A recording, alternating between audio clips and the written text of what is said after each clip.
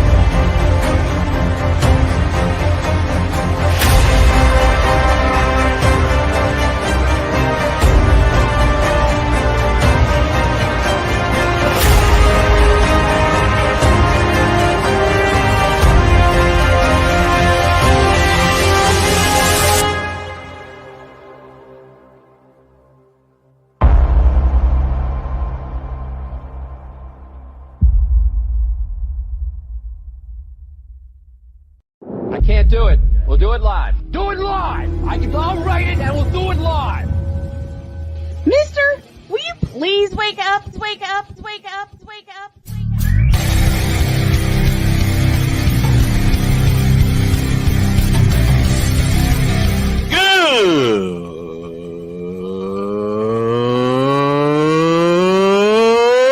Good morning. Snowman here to all you Brock Purdy and San Francisco 49er haters. Shut up! I gotta thank you, Shane. I mean, whatever happened to the games where breaking 100 points was, I don't know, unusual?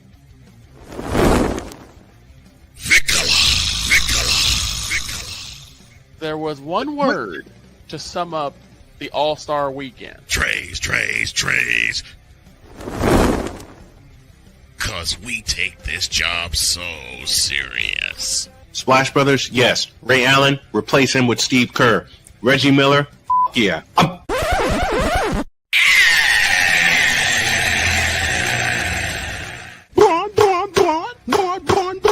What in the all types of blue hell?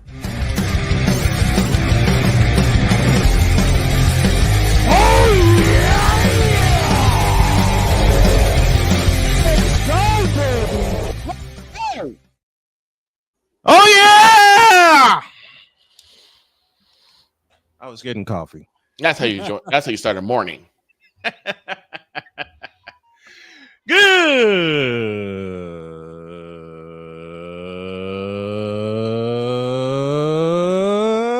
morning.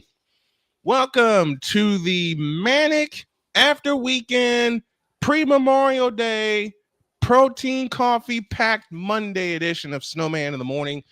Glad to have y'all with us. And yes, I added those few things because that's what I'm working on at the moment. Speaking of which, this first hour is powered by Invader Coffee, fuel for the fearless. And we're all fearless here on this program today. Oh, yes. All right, we're not going to waste any time. I'm going to finish getting my coffee, and Victor's going to take the floor. And we are opening the first part of the show with A, the sky getting blown to smithereens. And B, the fact that Angel Reese sent the wrong message to Caitlin Clark and the Fever. As we begin the morning with the random yet not so random musings of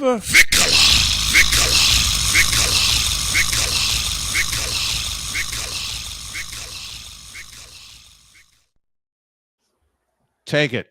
All right. Thank you. Now, I'm going to ask y'all a question. How many of y'all know the game of cribbage? Yeah, I know what you're talking about. It's the only game. It's weird. It's weird as hell because it's a card game and a board game at the same time. But anyway, Yeah. 22 people. If one person is beaten by 30 lengths, it's called a skunk. Yep. I know what you're talking about. That's exactly what happened on Saturday afternoon. Massively. The Fever dog walked the sky. Let me get the score up right quick. I got you covered, man. I got you covered. 93-58 was the final. 93-58. And the score doesn't even do this game justice. If you watch this game, you can see this is a tale of two teams. Yeah, it was. One team had all the answers. The other team had no answers. And you can already tell which one it was. Yeah. Here's the thing. I don't know who is to blame for this game. Because I can find fault with everybody. Huh. Yeah. One, their coach, who did not have hide nor hair nor ass of what they were doing. Nope. Somehow you've heard that before. Then you have the fact that really, besides Angel and Cardoso, who gave, I guess, their best efforts, no one else stood up. No. And then we get to Miss Barbie. Angel, I asked this to our lovely friend, Miss Mike Drop Moran. Indeed. About, is it going to come to a point where Angel's going to pick a lane? Yeah, you asked that during our post-game show on Saturday. Because Angel looked completely lost out there. On many possessions, she looked completely lost. She made terrible decisions with the basketball. Cardoso wasn't that much better either, looking completely lost out there. But no one stepped up. No one really did anything of note. And then we're going to get to the meat of the order, or the elephant in the room. Now, Snowman and I had a debate about this foul that had happened between Caitlin and Angel. Yeah. Angel went up. Caitlin had wrapped her arm going for the ball, and then kind of shoved. It looked to be a shove, and that threw Angel to the ground. Angel gets up and tries to get in Caitlin's face. Caitlin turns away. Right? Yeah. Later on, the refs are talking, and they end up assigning a flagrant. This was the turning point of the game, and not for the team that you thought it was going to be. Because you think that after this flagrant, you think this guy would be like, okay, they're trying to get dirty on us. They're trying to play dirty on us. Let's show them how we play. Right. Absolutely right. And Lord have mercy, did they go in the absolute wrong direction? Because it seemed like the Fever was like, oh no, we're going to take this game over. And that's what they did. Okay. To statistically break this down, and this is why a lot of people are saying Angel Reese didn't even bother showing up. 25 minutes, 5 of 14 from the field, 17 rebounds, but 12 points. And the plus minus on her was a -20. Now, let me jump in real quick. I was kidding with my opening statement earlier. Okay. It's the attitude of Angel Reese. Yes. Is why I opened with the statement I did. Not because of her basketball ability, but because of her attitude. Because you think I just wanted to make that clear. I'm going to say, quite frankly, both of them need work. Well, the thing is that 17 boards is nothing to sneeze at.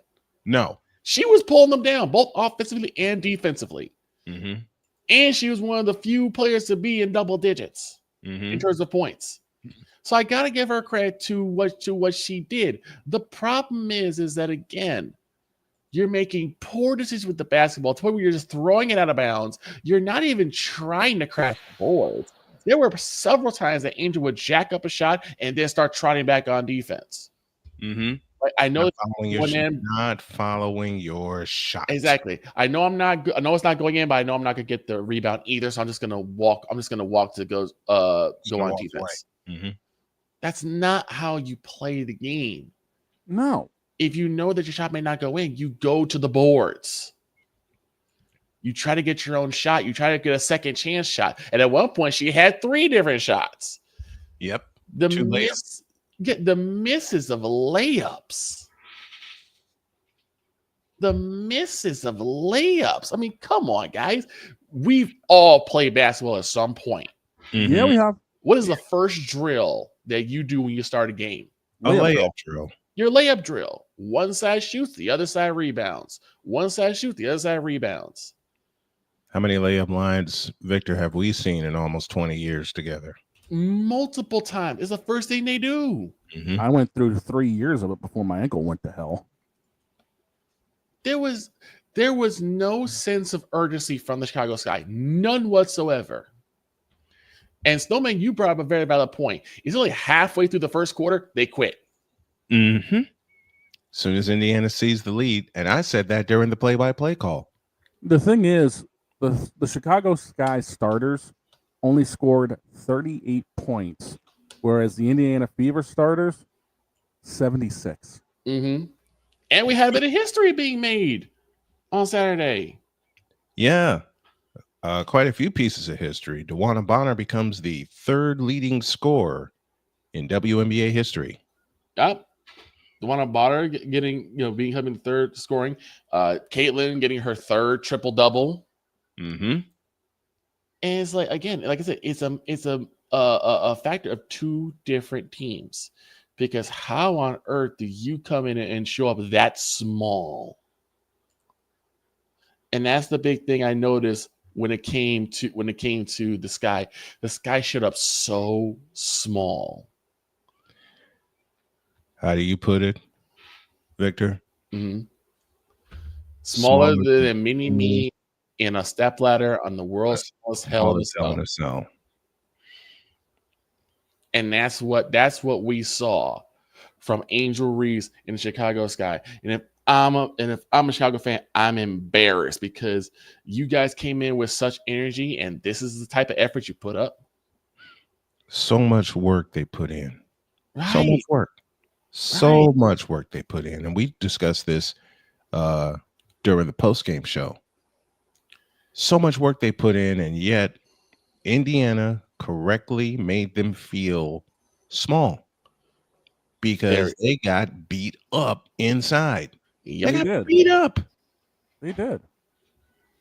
They got beat down and beat up. They got destroyed. They got embarrassed with a capital EMB. Mm-hmm. They got embarrassed more than Joel Embiid in a Game 7. Right. Rip. And you're sitting here like, what was all the stuff? What was all this hoopla for?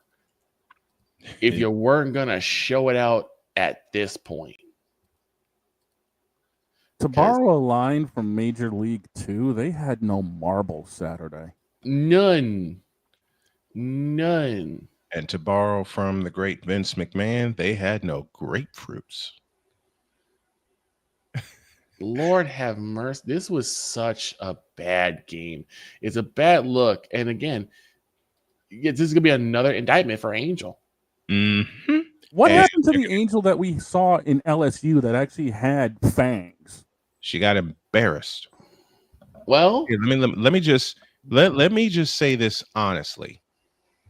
Ever since she's been in the WNBA, bless her heart, she's been embarrassed. Well, to be frank, Shane, it might have gotten to her head.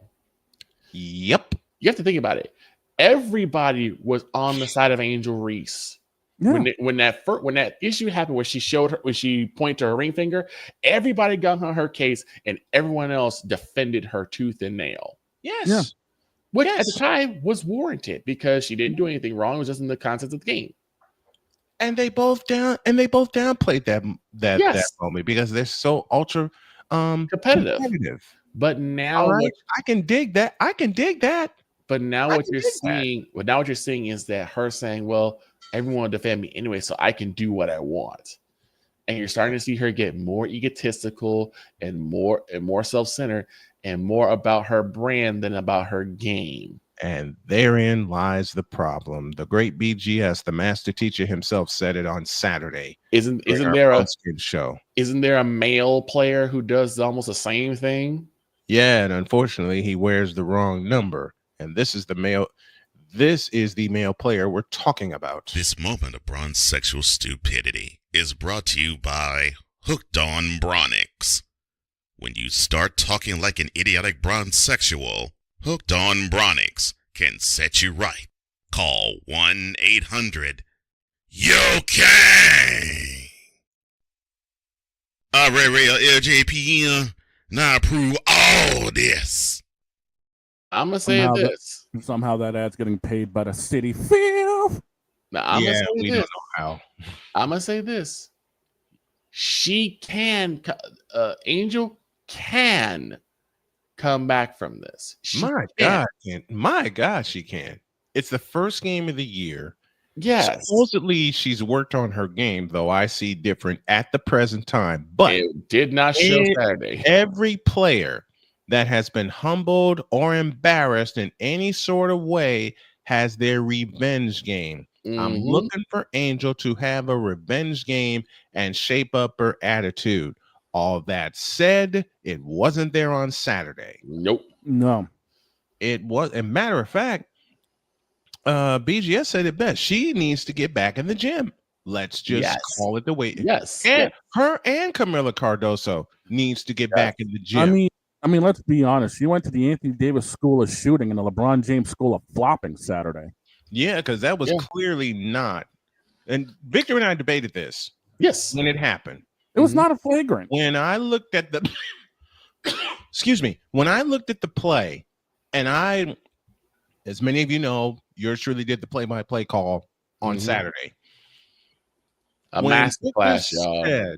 A master class. Oh, you are too kind, sir. Thank you. When Victor looked at the play on his end, he immediately said they're going to assess Caitlin Clark a flagrant foul. My end at first, because I had two different views of this. My end thought that Angel wasn't going to be assessed a flagrant foul. I thought the flagrant foul would have occurred against Camila Cardoso for pushing. Actually, I changed that against Aaliyah Boston, right, for competing for a rebound, which does happen. Okay, but then Victor said they're going to assess Caitlin Clark a flagrant foul, and I looked at the screen and they were showing the replay, and what I saw was a basketball play. What I saw was a logical foul. Yes, was a common foul. A common foul, because you send Angel to the line rather than let her get that layup. Yep, you let her earn her 2 points from the free throw line. Instead, they assessed a flagrant foul against Caitlin. Rightfully, Caitlin got upset, but then caught her head and stayed in the game. Yeah. What happened next? Angel Reese misses 2 free throws. Exactly. And Sick put it best. You know, Angel's talked about being the villainess of the WNBA. You know, it's time for her to grow up and embrace it. But here's the thing. It's hard to be considered a villainess or a villain if you've got no game to back it up. Well, that's what I'm saying. It's something that Stephen A. said a while after LeBron made his trip to Miami. He said, if you're going to wear the black hat, wear the black hat. If you're going to be the villain, you gotta be a villain. You absolutely have to. People looked at Kobe as a villain. Yeah, they did. People looked at Michael Jordan as a villain. Absolutely. People looked at Kareem Abdul-Jabbar as a villain. Magic Johnson, Larry Bird, Julius Erving. Do I need to go on? The entire 1989-1990 Pistons team. The Bad Boys Pistons. Joe Dumars, Isaiah Thomas, Vinnie Johnson. For those Bill Laimbeer, Dennis Rodman, James Edwards. For those of you who tell me I don't know basketball, look any of those names up. I'll save that for later. if you're gonna be the villain, you have to show why you're a villain. You can't be weaker than Clark Kent and claim to be Lex Luthor. You have to be. Okay, here I go with a preview for Wednesday. You can't claim to be Michael Jordan and then be weaker than LeBron James when it counts. Exactly. You can't claim to be Kobe and then end up being softer than Harden. Exactly. I love that. Exactly. The biggest issue is that, Angel wants to be the villain, but she has to have the basketball acumen to back it up. We know she can play. Absolutely. We've said that since the moment she was drafted. This is why I get so aggravated We with said people. that when we were covering the LSU Iowa game. This is why I get so aggravated with people who say, "Oh, y'all just want to hate on Angel. Y'all just want to hate on Angel." No. The reason we're so aggravated is because we know how good she is. This is not hate. Okay, please understand that. And I know we're up against the break, but hang out with us here. Mm-hmm. This is not hate. Okay, please believe that this is not hate. These are basketball judgments. Well, it's not that. It's aggravation for a person that we know can play the game of basketball. We know how good she is. Mm-hmm. It just seems like after she got drafted, it fell off a cliff. I'll give you another example, and I know this is going to be me kind of shooting myself in the foot. You want to know why I get so upset with Dak Prescott? Because I've seen the talent that he has. I've seen him do well. You've said it so many times, Victor, about Dak Prescott. He has the talent to be one of the best quarterbacks in the league. And yet, when it's not between the ears. It's between the ears. Thank you. Thank you for shortening that sentence. And we're seeing that with Angel Reese. Mm-hmm. Now, what's her next 2 games? Because I think we talked about the next games are going to be in the UC. Let me take a look. I've got them right now. Let's see. The next game's in the UC with the Liberty, and then they're on the road for 2 against the Sparks and Mercury. Okay, so you're back in the UC. You're going against, I believe that's the champs, the Liberty, all right? Yes. Yep. You got a shot to make a better name for yourself against the champs. To be the champs, you must unseat the champs. Ask yourself, what if Angel has a great game against the Liberty and the Sky pull out a win against the Liberty? Then you just need to see her be more consistent. Thank you.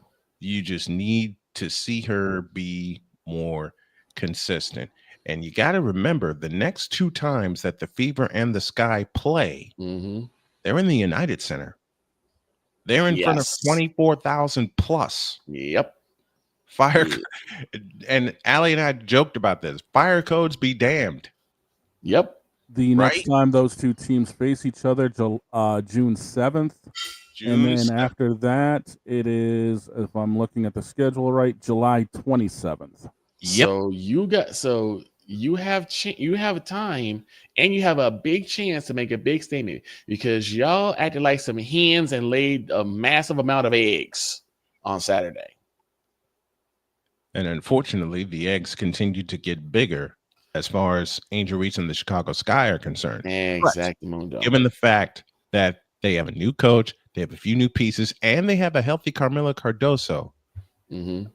Angel Reese, this is your opportunity to be the face of that team. What I would do if I'm Angel is I would look at the playbook and I would run plays with the coach. Where do I need to be on this play? Where do I need to go? Close with this point.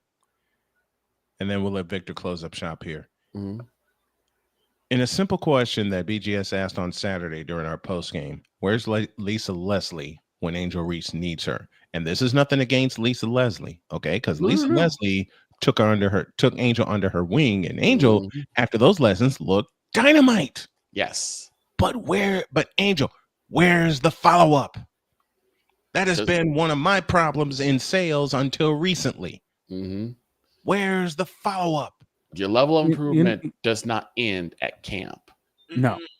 And quite frankly, when it comes to Angel Reese, with the way the pieces are right now in Chicago, as boss man, you just said they got a few new pieces, a new coach. I got 4 syllables when it comes to Angel Reese that she needs to do. Be a leader. Yep. Please. Ask my musings, y'all. What are yours?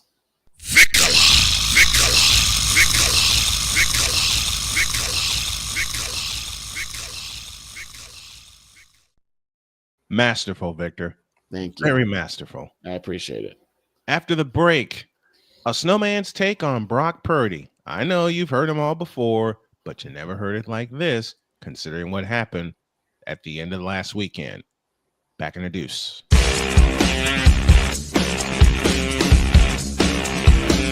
This is Snowman in the Morning. Are you ready to upgrade your coffee game? Prepare for an invasion of flavor with Invader Coffee. It's the caffeinated elixir that fuels champions, the blend that pushes boundaries. Whether you're battling deadlines or exploring uncharted territories, Invader Coffee has your back. Join the invasion at invadercoffee.com and taste the difference for yourself. Use the code Snowman for 15% off your first order. Invader Coffee, veteran owned.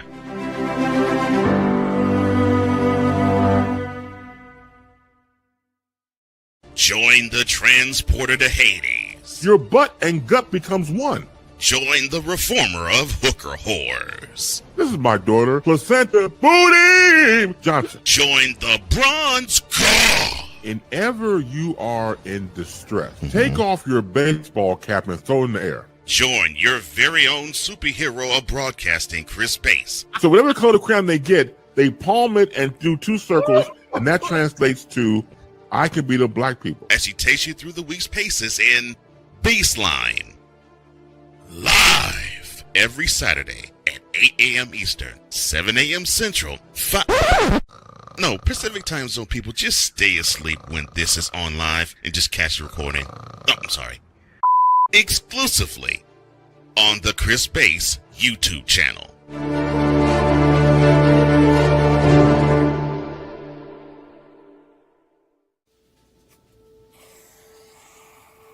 Dad? Just 1 minute, okay? Hey, Bobo, do trees tell each other stories? I'm sorry. I'm afraid I don't know that. Hey, why don't we go find out?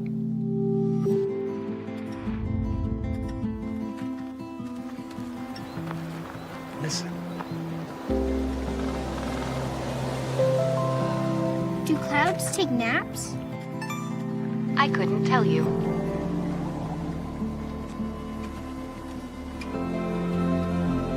Can birds draw pictures? I don't have an answer for that. Dad, do stars visit their friends? Look!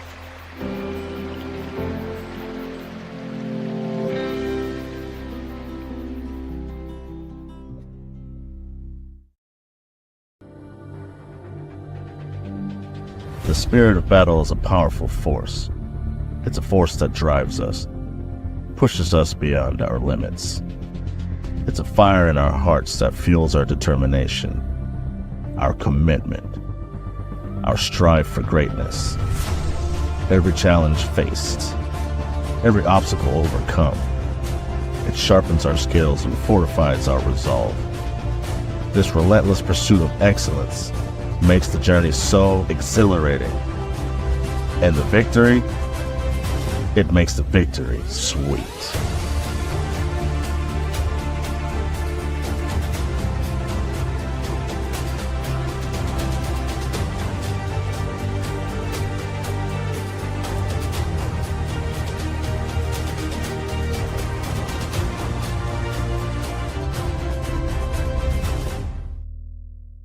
Hey everybody, Snowman here. Looking for the best way to experience live events? Well, SeatGeek has you covered. With just a few taps on your phone, you can find the best seats for concerts, sports, theater, and more. Don't miss out on unforgettable moments. Download the SeatGeek app today and get ready for an experience like no other. Each ticket is vetted for authenticity and ranked on a 1 to 10 scale. And right now, if you sign up and use the code Snowman, you will get $20 off of your first purchase. That's only through the power of SeatGeek, where fans can fan.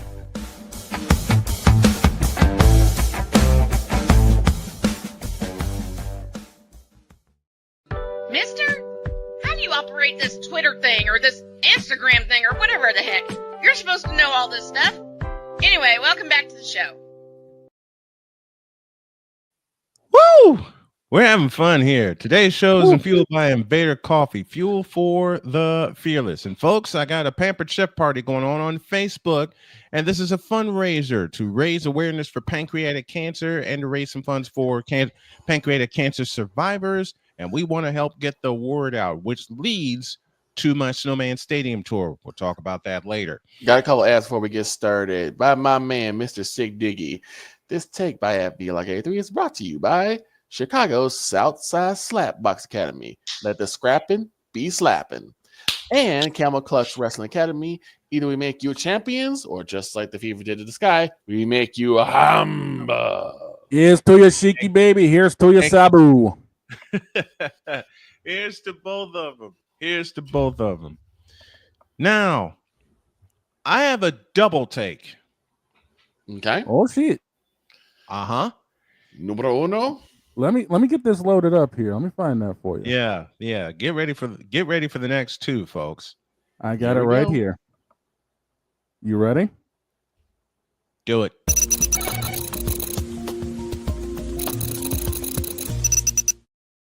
Round one. Fight.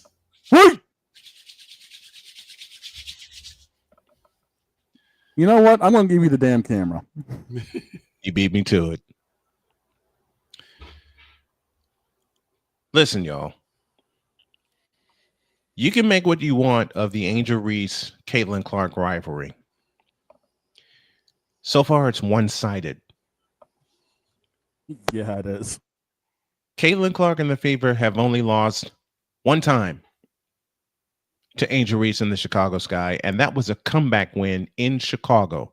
Well deserved, because they raced back from a 17-point deficit. Chicago did.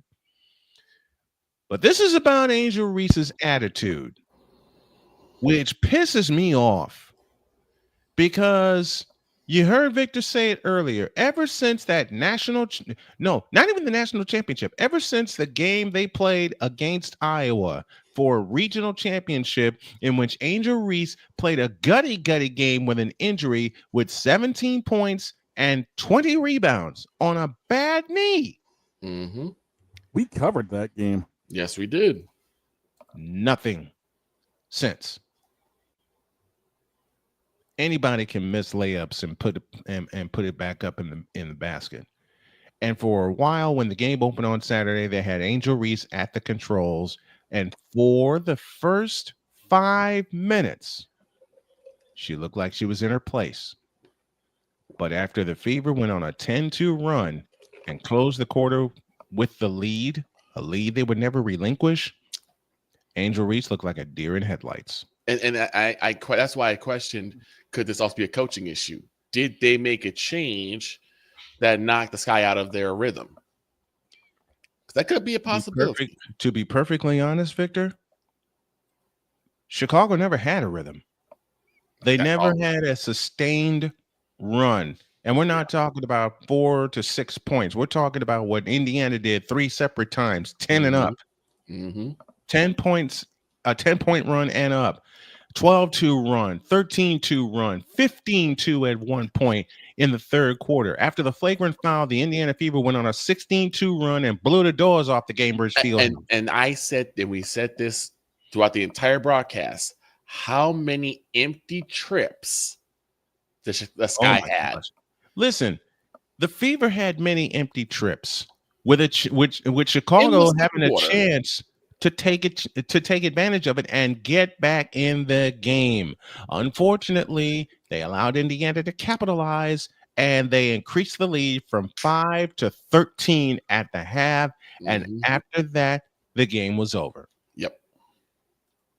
BGS said it's Saturday, and I give him all the credit in the world. Indiana was having a horrible game, even though they were up double digits for most of the game. Right. It was ring rust. It was the first game of the season. There's ring rust everywhere. We know that. But that flagrant foul with the Fever holding a 14-point lead at the time, that flagrant foul turned into two things: an empty trip for the sky, and as BG has said on Saturday, a reason to care. Yep. Because Caitlin and the Fever were going through the motions. Okay, Autopilot. Caitlin was trying to figure out her new teammates. Dewana Bonner, Kelsey. Well, Kelsey Mitchell's not a new teammate, but she was trying to figure out her team and where and where they can be and their spots on the floor, and the offense that Stephanie White wants to run. And Dewana and Caitlin are going to be a match made in heaven. And for others, a match. And for others, a match made in hell. Yep. They gave the Indiana Fever a reason to care. In other words, Angel Reese, you did the wrong thing. You pissed him off. You made him mad. I was about to say. It's like there's an old series that y'all remember that I am a big fan of. Caitlin Clark and the Fever basically said to Angel Reese, don't make us angry. You wouldn't like us when we're angry. And it turned into a 35-point blowout. How many times did I after that play, after that supposed flagrant foul, Victor, Shane, how many times did I say stop it on a Fever 3-point field goal? Yeah. No. Numerous times. Here's the thing. Angel Reese basically dropped the gloves and wanted to go rounds. But the problem is she fired up the wrong team. Okay, I'll put it Her like team this. fell dead. I'll put it this way. In my gamer friends are gonna appreciate this. In the game Fight Night Champions, there's a mission where you're fighting against the guy, but if you go to the body, he'll pretend like he got hit low. So you had to give no doubters. You had to say, okay, they're gonna try and call anything close. Let me give you a no doubter. That's what the Fever did. They said, "Oh, you think if we get close to you, we're gonna foul you and get flagrants? No. Let's hit you from distance. Let's give you a no doubter." Because Caitlin started pulling up threes. Kelsey Bonner started pulling up threes. Kelsey Mitchell pulled up and hit a couple deep ones. I mean, and Aaliyah Boston just moved everybody out of the way. Aaliyah Boston was a monster. And I'll say it again. Angel Reese, you did the wrong thing. You messed up. You challenged. You know you done messed up, right? Right. You know you done messed up, right? You pulled a Pittsburgh Steelers in the basketball game. And stuffed a roll of quarters the size of Wintrust Arena up your own ass. Angel Reese tried to go on the island of relevancy, and the entire Indiana Fever team speared her off of it. Yep. A spear, here's a name for you, Victor and Shane. A spear better than Charles Haley spearing Phil Simms. Yep. Yep. A spear better than Mike Singletary dropping any Green Bay quarterback you could think of. And yes, I'm going there. You want to know what everybody did by the time that game was over? This.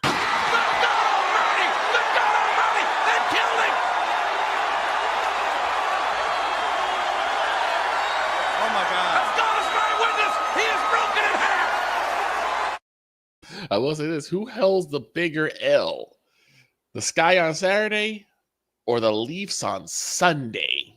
We'll talk about that. We'll talk about that after the break. But let me close this part of the double take with this. You messed up, Angel Reese. You messed up big. And when the Fever come to the United Center, unless you have a response, it's going to be more of the same Indiana-sized ass whooping you got on Saturday. BTA. And you better talk to your teammates and tell them, look, they're out for blood. Because if you don't, it's going to happen again. You will get swept in the season series. And like last year, you won't even sniff the playoffs. That's Snowman's take. What's yours?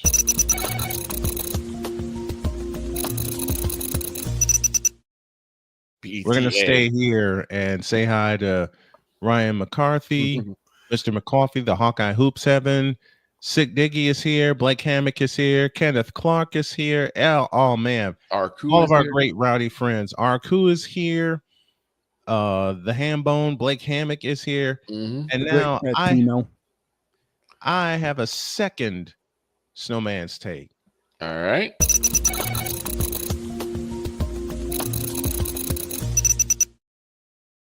I want y'all here with me on this one because we'll get back to our discussion of Angel Reese and Caitlin Clark in a little bit. Dear NFL, you're in trouble. How? Why? Because Brock Purdy is locked in and locked up for the next 5 years. He got paid. 5 years, heavily, $265 million. And for those of you who understand NFL contracts like we do, that's a lot of it is backloaded. The big number you need to pay attention to is $180 million guaranteed. To mention something that Victor mentioned at the top of the broadcast, Deebo Samuel said 4 words, quote, "My brother, well deserved," close quote. Y'all hear it every day during the intro. Now I can say it even louder. And yes, this is the homeralert.exe. Thank you, Ryan McCarthy, for that. To all you Brock Purdy and San Francisco 49er haters, shut the up. Because Brock Purdy is the quarterback for the 49ers. Brock Purdy got paid. And pretty soon so will Fred Warner. And oh, by the way, you know who else got paid from the 49ers and locking up their core? Who? The conspiracy tight end himself. Oh, the George animal. The Animal Kittle. Oh, we talked about that one. Yes, we did. We talked about that one. If y'all saw the shorts on the YouTube channel, Victor had fun with that one. Conspiracy. Keeping that damn boogeyman on the Niners. The Niners gonna be something to see, though. The Niners gonna be something to watch this year. And they're healthy. And they're healthy. Let's just hope they got stay a healthy. healthy Christian. I know. Let's hope they stay healthy. The biggest piece has been taken care of now with Brock Purdy. Yes. Yep. Another big piece has been taken care of on the offense with George Kittle. Yes. You know who got taken care of? You know, 2 offensive pieces that got taken care of last year that is going to prevent a cloud over them. Trent Williams and Christian. Yeah, CMC was yep. CMC was the big thing last year. Yes, he was. So was Trent Williams. Don't forget the offensive line. Mm. And watch this. The Niners are going to find that offensive line and put it together. They are going to come out smoking. Why? Because they have nothing else to think about now except football. Except how do we punish everyone that we're scheduled to play? Yep. How do we revert back to the 80s and 90s and not take what teams give us, but take what we want? Basically, going now old all they got to worry about is week 1. Yep. Brock Purdy. I'm gonna say this about Brock Purdy, and people are not gonna like me for this, but I don't care. Give me this camera. Gotcha. Brock Purdy is a top 5 quarterback in the NFL, period. Not because of the payday, but because of his performance and the circumstances they're in. He was thrown into the fire after Jimmy Garoppolo got injured. And at the time, Garoppolo was leading the 49ers to a pretty good season. Brock Purdy just took it over the top. And for those of you who don't and won't understand that, I offer you this case. Last year, Brock Purdy played 15 games. 15. He threw for 3,820 yards. So imagine if he played all 17, he could have been just the second quarterback in 49er history with back-to-back 4,000-yard seasons. And third quarterback overall with a 4,000-yard season. The other two are Jeff Garcia and, oh, by the way, some fellow named Steve Young. Mm-hmm. They're putting the pieces around Brock Purdy. They're going all in on Brock Purdy. And for all you YouTubers out there, and yes, I'm playfully calling y'all out too, that think the Niners overpaid for Brock Purdy, shut the up. Mm-hmm. Matter of fact, Paul, are you kidding me? Yeah, No. they actually think that Brock Purdy got overpaid. Mr. Harlan.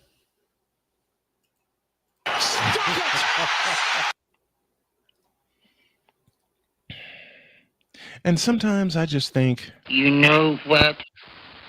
That makes me mad. But I can't wait for week 1.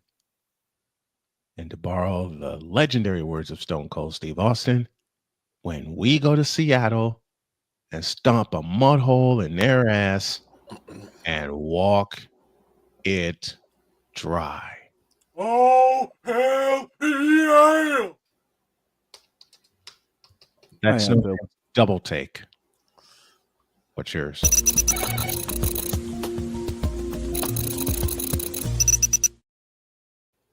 After the break, the Toronto Maple Leafs. The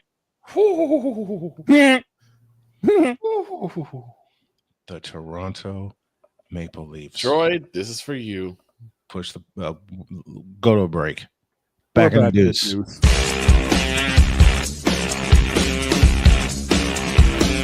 This is Snowman in the morning. During bad, SeatGeek is the ticketing app for fans like Boomstick Lady. No free throw is safe from the roar of her sticks. SeatGeek helps her find a seat in the direct eye line of the shooter so she can sit where her boomsticks make the biggest boom. Everybody okay? SeatGeek handles the tickets to sports, concerts, and more, so fans can fan. I think I finally found. Hey, how you doing? Hey, Mason. Hey, Mason. Got a new house. It's looking pretty cool so far. A place that I call home.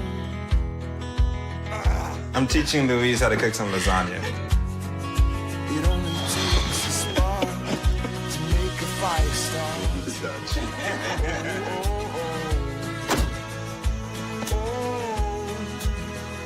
Thank you. Study, please.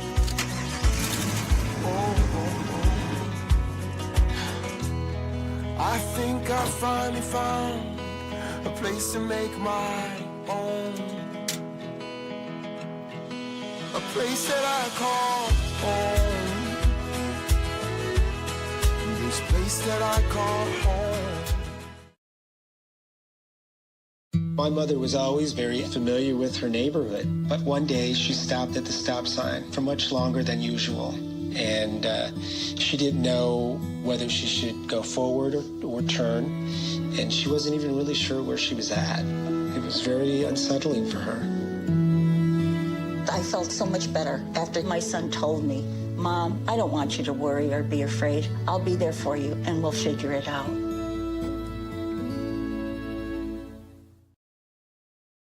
This planet has been great to me. It's given me gifts that I can't even explain. It's given me adventures and memories I'll never forget. And Battleborn, I think, has given me the opportunity to go beyond and give something back. How can I be a better custodian to this planet and the place I live? That's where I am with Battleborn. Let's make the planet a better place. Join Ryan McCarthy. I became a Jets fan because Kermit the Frog was my favorite Muppet because he was green. and the Jets wore green. That's how I became a Jets fan.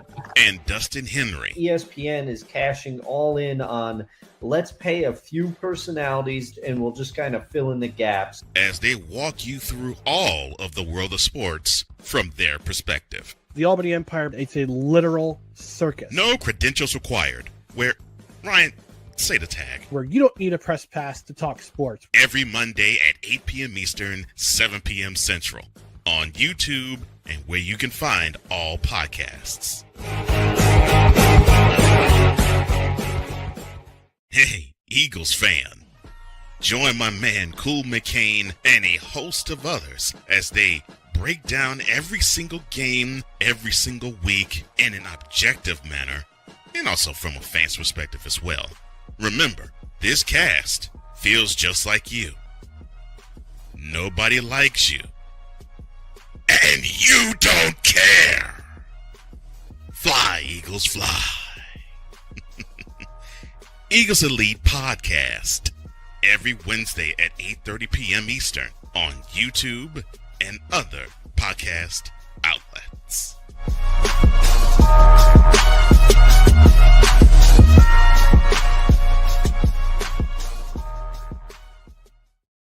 Mister, how do you operate this Twitter thing or this Instagram thing or whatever the heck?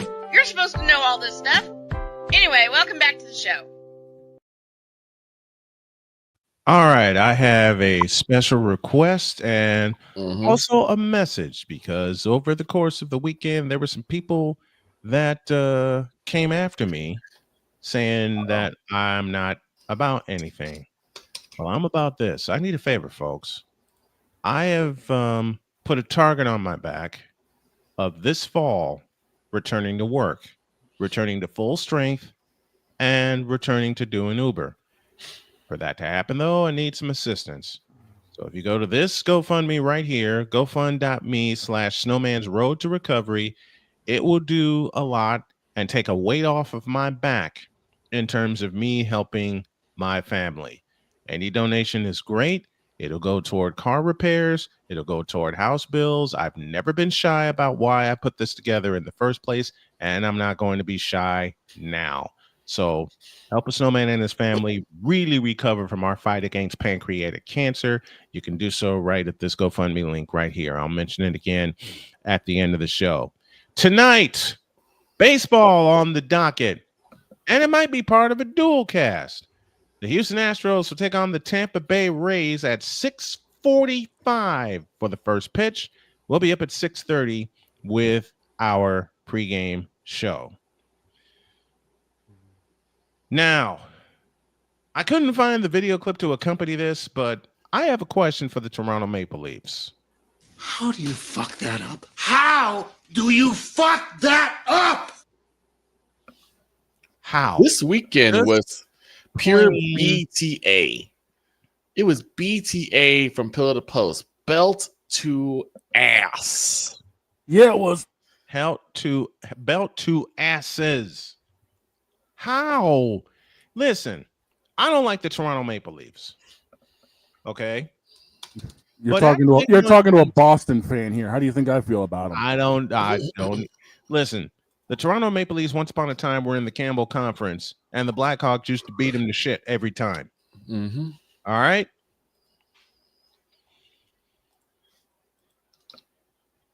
Tell me how the hell you go on the road to Florida, win game 6 in South Florida with a chance to win game 7 at Scotiabank Arena, aka the new Maple Leaf Gardens, and you get a foot put in your ass, allowing 6 goals, none in the first period.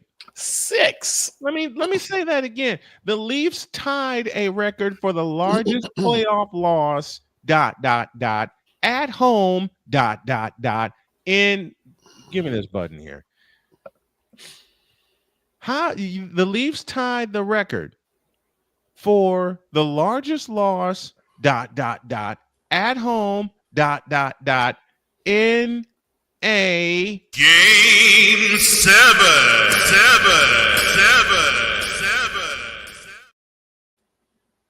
which goes back to my question that started this. Dear Toronto Maple Leafs, How do you fuck that up? How do you fuck that up? They took a how? bigger Thank you, deuce on the. BGS, and thank you, BGS, for that clip. He sent me the. I'm trying to find the video clip of it, but I do have the sound. Toronto took a bigger deuce on the ice than Randy Marsh's world record crap. I mean, come on, let's be real about it. Listen, You're welcome. Toronto took a bigger deuce on the ice than Tuukka Rask did in 17 seconds in 2014. Oh, wow. I quit. That was a flagrant foul. Oh, I haven't begun to dish out the flagrant fouls yet. But the thing is, I haven't begun to dish out the flagrant fouls yet. Personal foul. 6-1. 6-1. That was ugly. Toronto, are you not embarrassed? That's uglier than LeBron James's jump shot. No, even better. No, I can't. I can't do it. Yes, you can. I can. Yes, You're going to anyway. Oh yeah. And Victor's going to punch me. There we go. Yeah, I knew it was coming. Get over with. That was uglier than Dak Prescott in Week 5 2 years ago.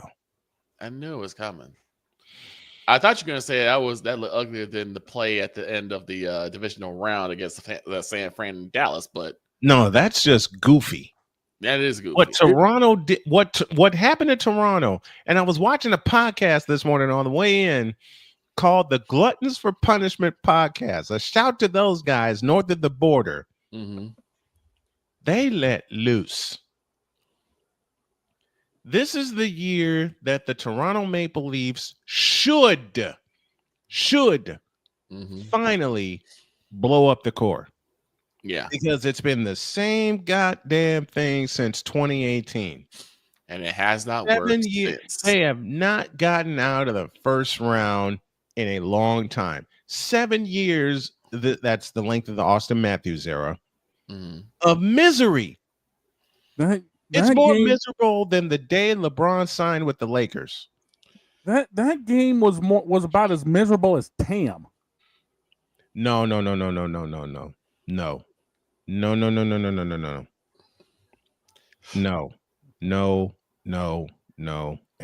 no.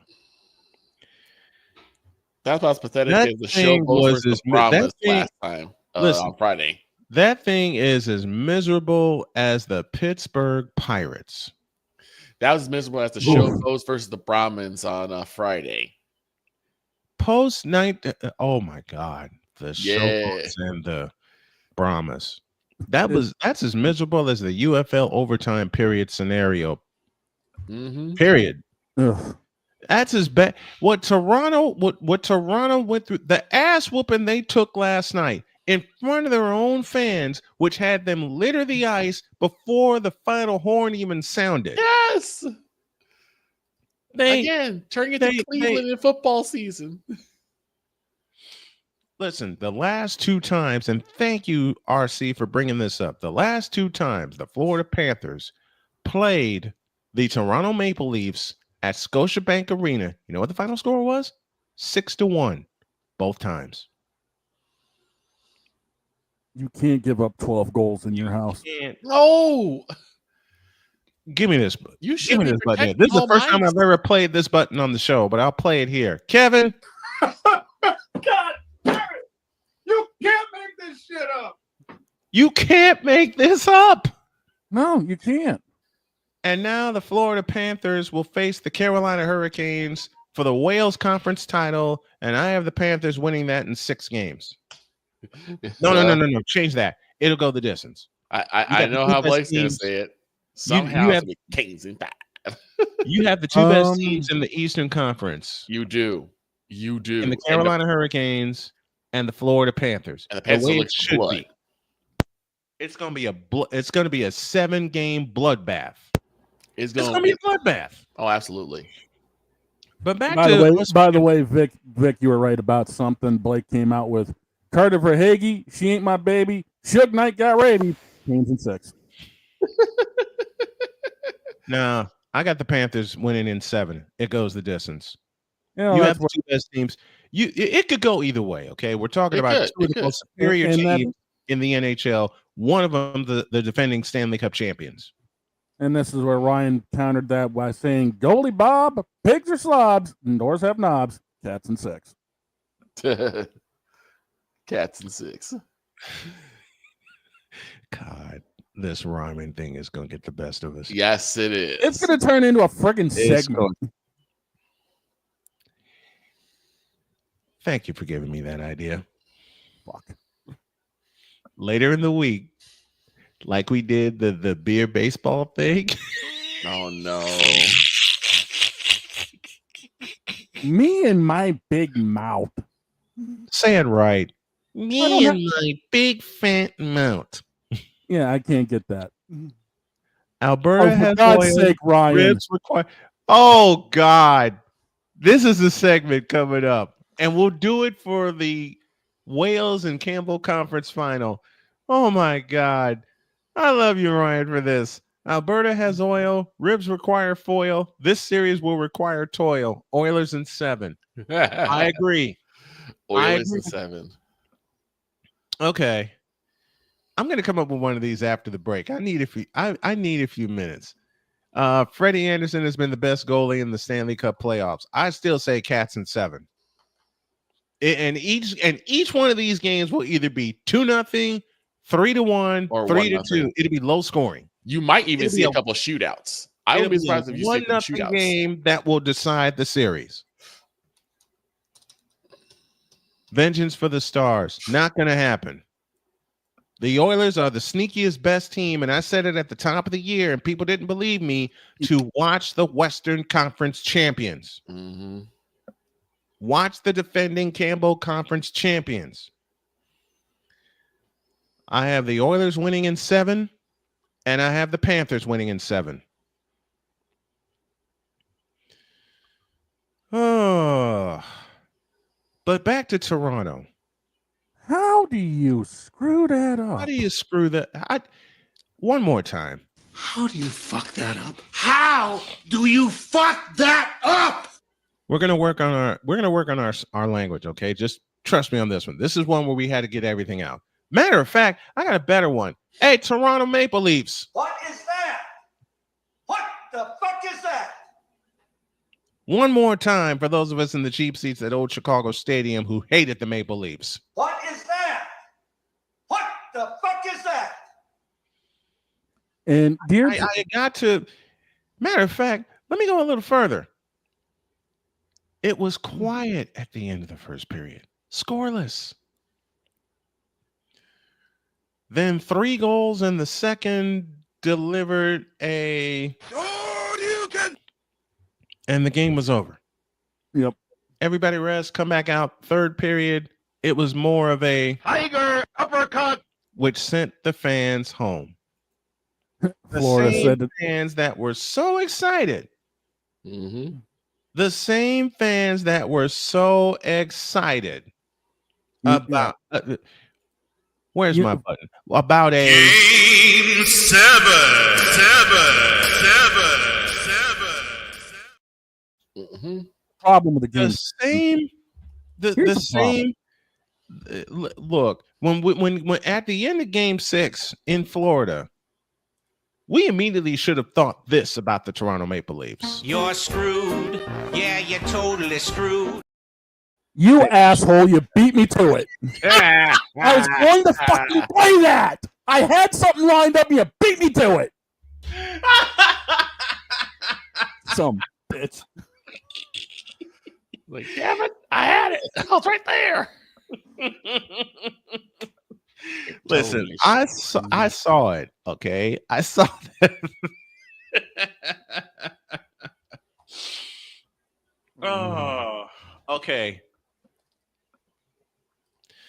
All right, I Toronto, you messed up, and now you're going to be the butt of everybody's joke. Like you haven't stopped being that. but you also got to stop being a competitive team. Just like the Winnipeg Jets, who lost to the Dallas Stars in 6 games. You'll never be competitive. In Toronto, you'll never be competitive again. Ever. Nope. Winnipeg Jets.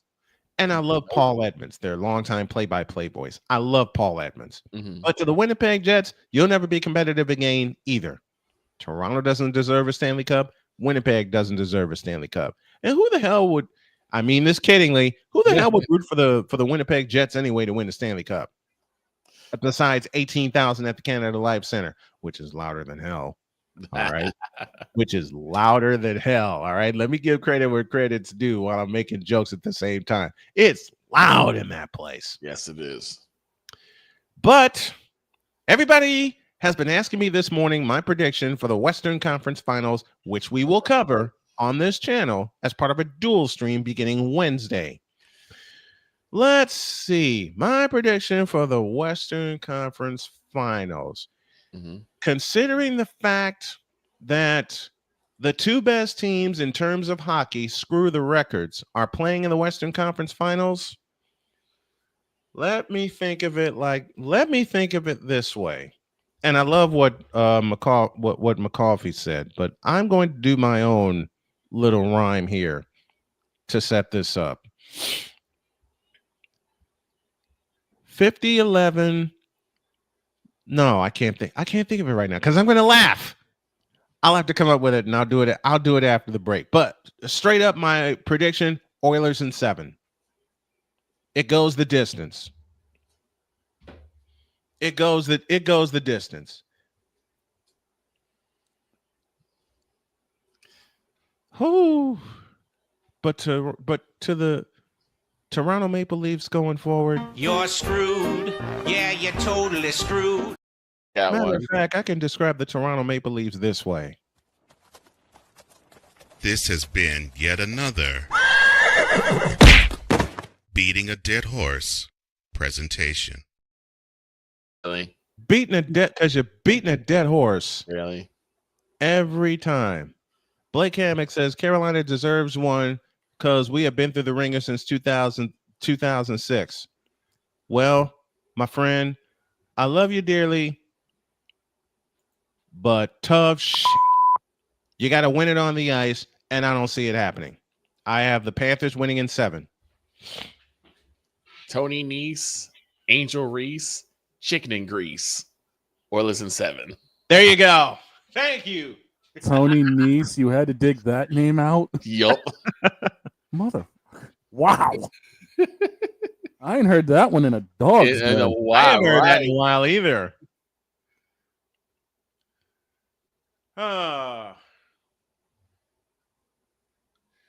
Tuukka Rask, Wanaki Trask, in the sun we shall bask.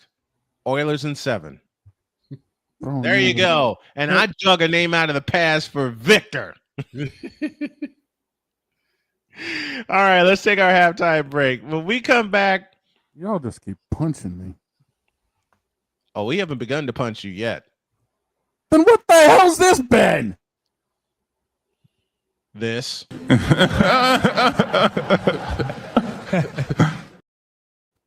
Go to break. Back in a minute.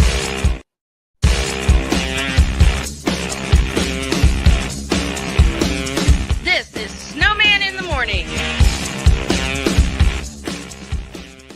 During bad, SeatGeek is the ticketing app for fans like Boomstick Lady.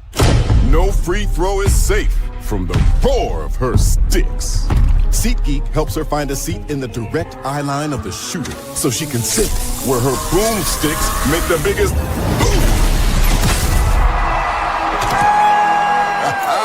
Everybody okay?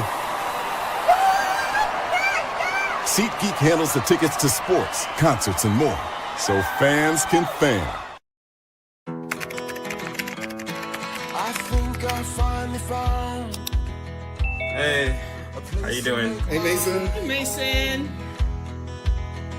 Got a new house. It's looking pretty cool so far. A place that I call home. I'm teaching Louise how to cook some lasagna. It only takes such.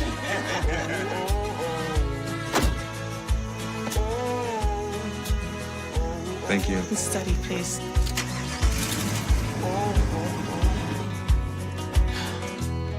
I think I finally found a place to make my own.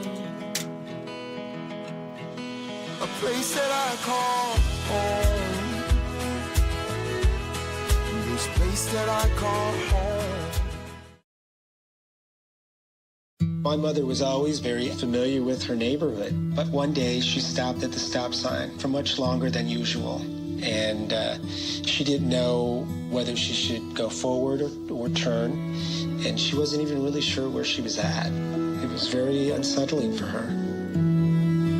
I felt so much better after my son told me, Mom, I don't want you to worry or be afraid. I'll be there for you, and we'll figure it out.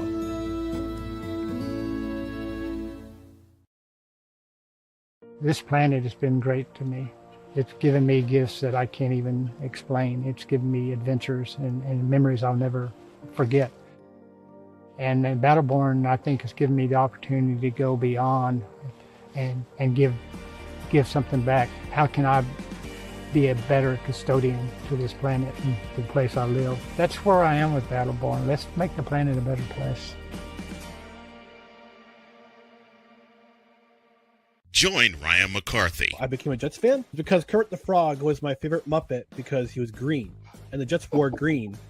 That's how I became a Jets fan. And Dustin Henry. ESPN is cashing all in on let's pay a few personalities and we'll just kind of fill in the gaps. As they walk you through all of the world of sports from their perspective. The Albany Empire, it's a literal circus. No credentials required. Where, Ryan, say the tag. Where you don't need a press pass to talk sports. Every Monday at 8 p.m. Eastern, 7 p.m. Central.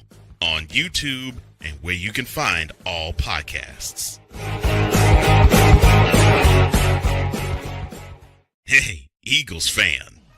Join my man Cool McCain and a host of others as they break down every single game, every single week in an objective manner, and also from a fan's perspective as well. Remember, this cast feels just like you. Nobody likes you. And you don't care. Fly, Eagles, fly. Eagles Elite Podcast. Every Wednesday at 8:30 p.m. Eastern on YouTube and other podcast outlets.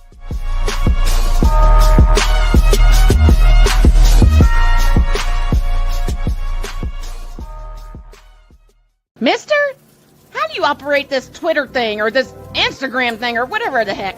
You're supposed to know all this stuff. Anyway, welcome back to the show.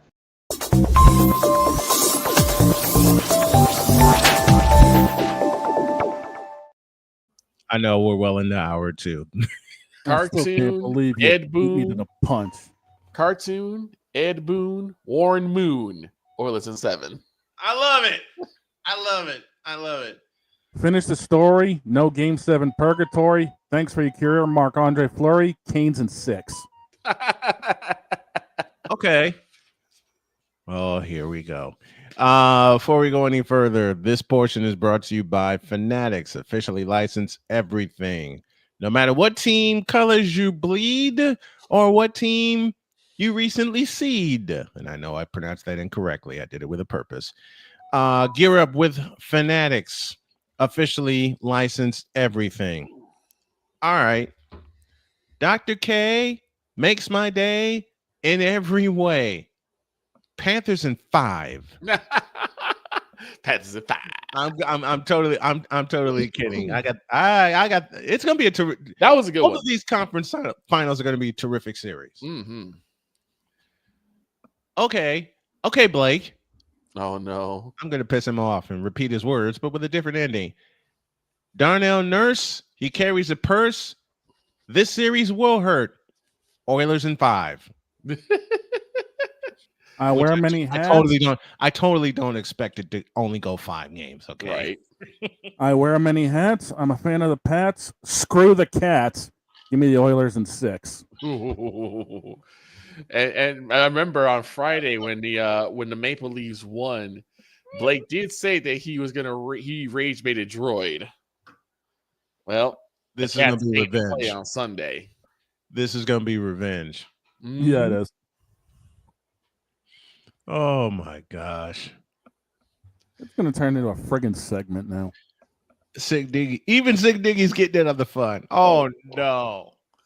For me, it's Doritos over Cheetos. This NHL is on the verge of finito, and you'll catch me wearing Speedo. Both the Oilers and Hurricanes in 7. That is beautiful. That is beautiful.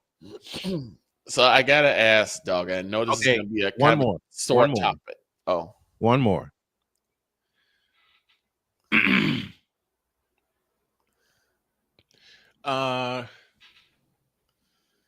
Pissed off, turned off. Playoffs. Oilers and Panthers in 7. I mean to ask this. I know it's a sore topic for you, dog. Oh no! What? Is the father okay? No, I'll answer. Give me this button. You don't have to say anything. Give me this goddamn button right now. Here's your answer. Hell no. To the no, no, no. Hell to the no. Hell to the no. To the no, no, no. Oh, my child. We have been mourning over here in the church in New England. Even though the Red Sox are barely under 500, we just haven't had a whole lot of success this year. Now that's some bullshit. Reach in my backside, son!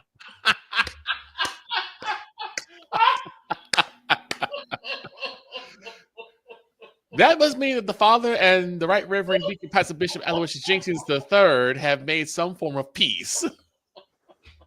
Oh, we have. A bullshit? A bullshit? A bullshit. A bullshit. AB Media directed me to that one. So thank you, AB. Oh, God. I'm pulling all the stops today. Oh, all right. So all right, let me be serious here for a moment. Gentlemen, I have an announcement to make. There are a lot of men that go through depression, anxiety, don't know what to do, trying to get back on their feet. And they've also been told for many, many years to keep their emotions down. I am here to tell you none of that fits. So with that thought in mind and using my experiences, I am becoming a men's mental health coach. Nice. Need more information? Nice. Drop me an email at snowmanmultimedia@gmail.com. Okay. I have to bring this up. Yes.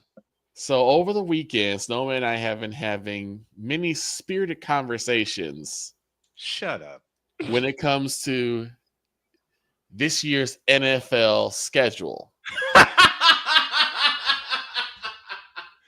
You mean besides the fact that the Niners have it about as easy as anybody else? Bruh. Yeah. Legit. Bruh. I said that there's definitely some sort of trolling going on. This is like someone decided to hit the button on Madden and say randomize.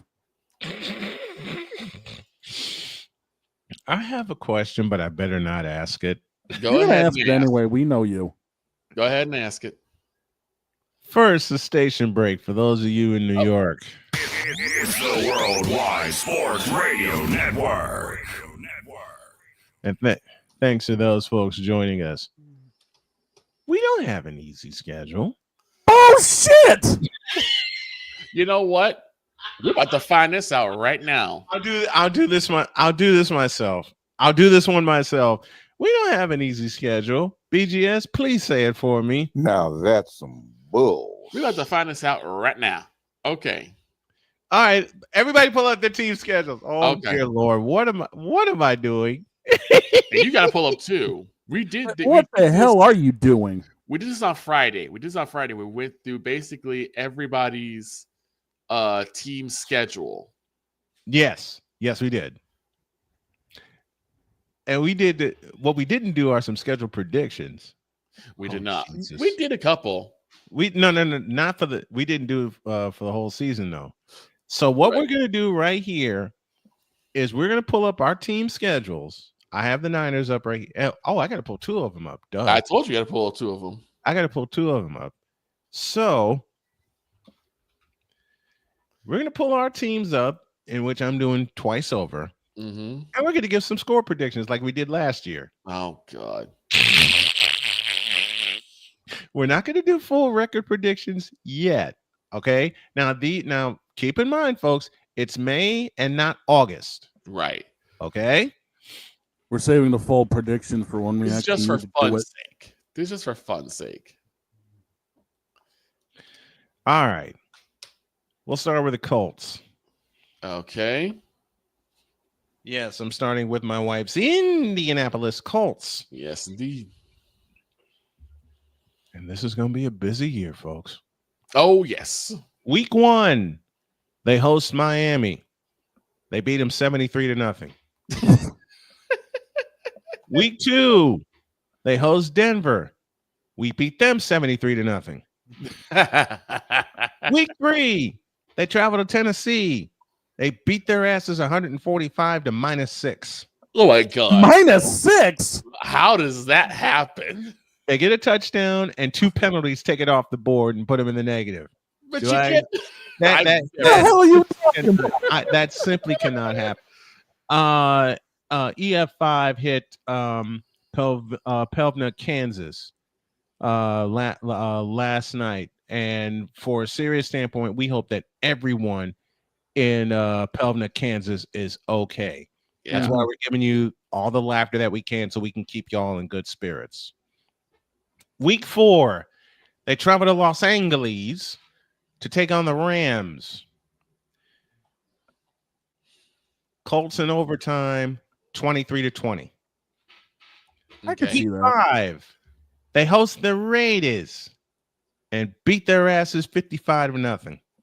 They hang a 55 piece on them. A 50 burger for the Raiders.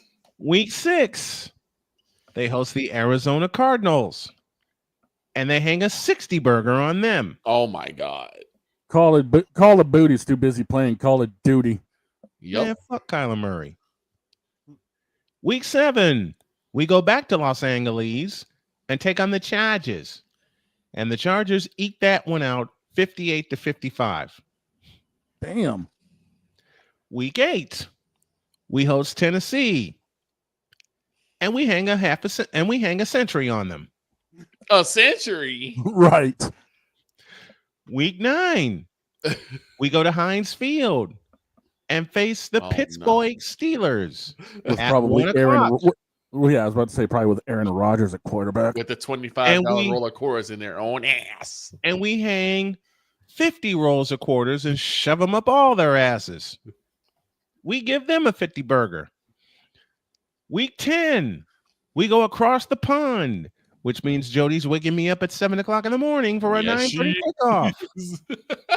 And we beat the hell out of Michael Penix 63-0. Week 11, we rest. Week 12, Jesus Christ, what a troll job. We go to Kansas City. Oh boy. And they put a belt to our ass. That is all.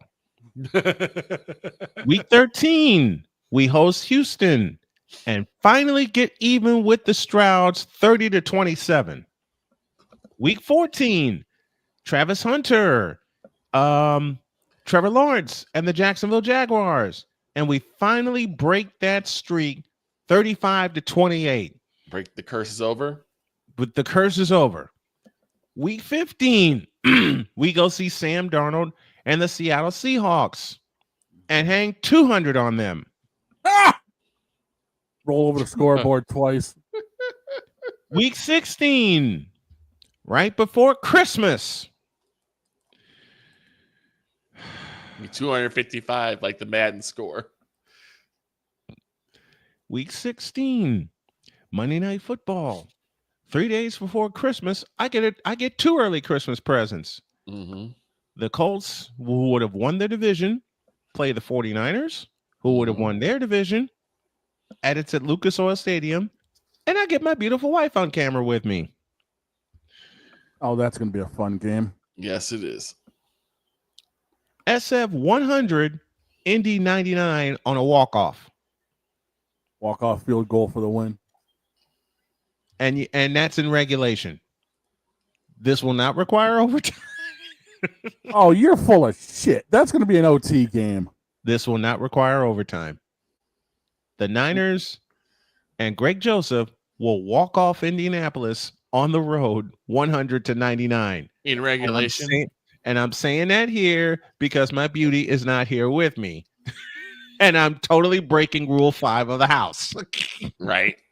But that's always Indianapolis. It always is Indianapolis. But that's going to be a fun game, though. Yeah, it is. That's going to Daniel. I'm suspecting Daniel Jones will be the starting quarterback by then. Probably. But that's going to be a fun one. Week 17, no COVID. We host Jacksonville and put a foot in their ass, 53-8. And to wrap it up, just to make sure Houston does not get the division title, we go to Houston and put a foot in Stroud's ass. I love CJ Stroud, but the Colts defense is angry, and they're going to get even. That's my prediction for the Colts. Oh, brother. What a mercy. Okay. You're up next, dog.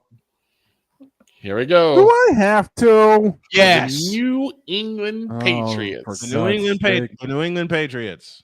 Week 1, we open up the season against them Raiders. And you hang 40 on the ass. That's what I'm hoping for. Yes.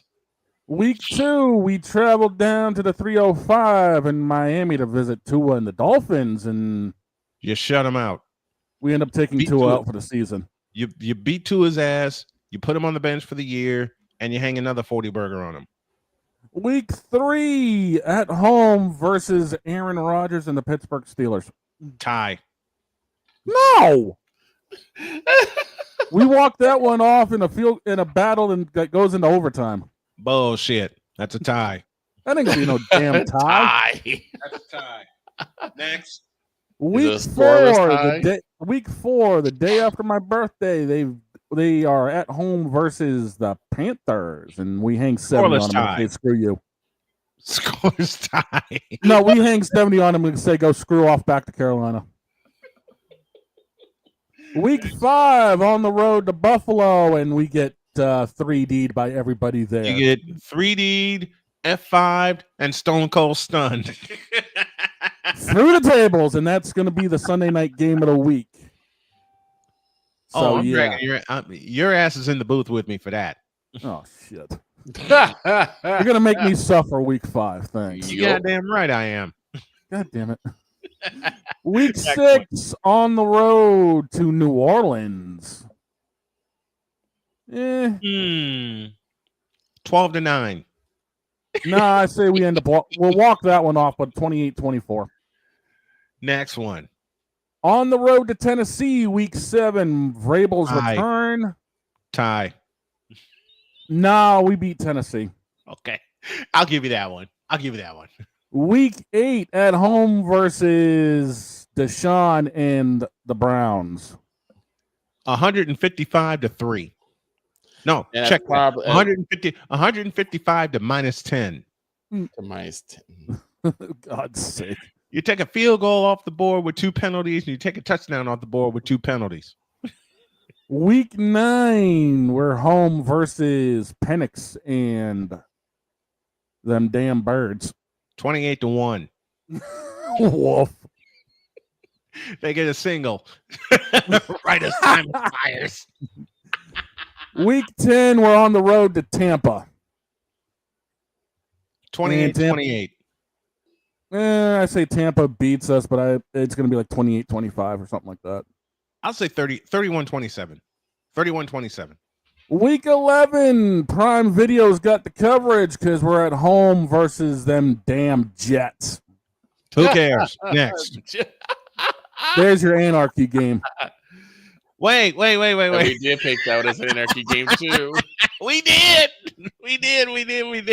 Yeah, it's this. Oops. I Do it had again. that. Damn Do it. it again. Do it again.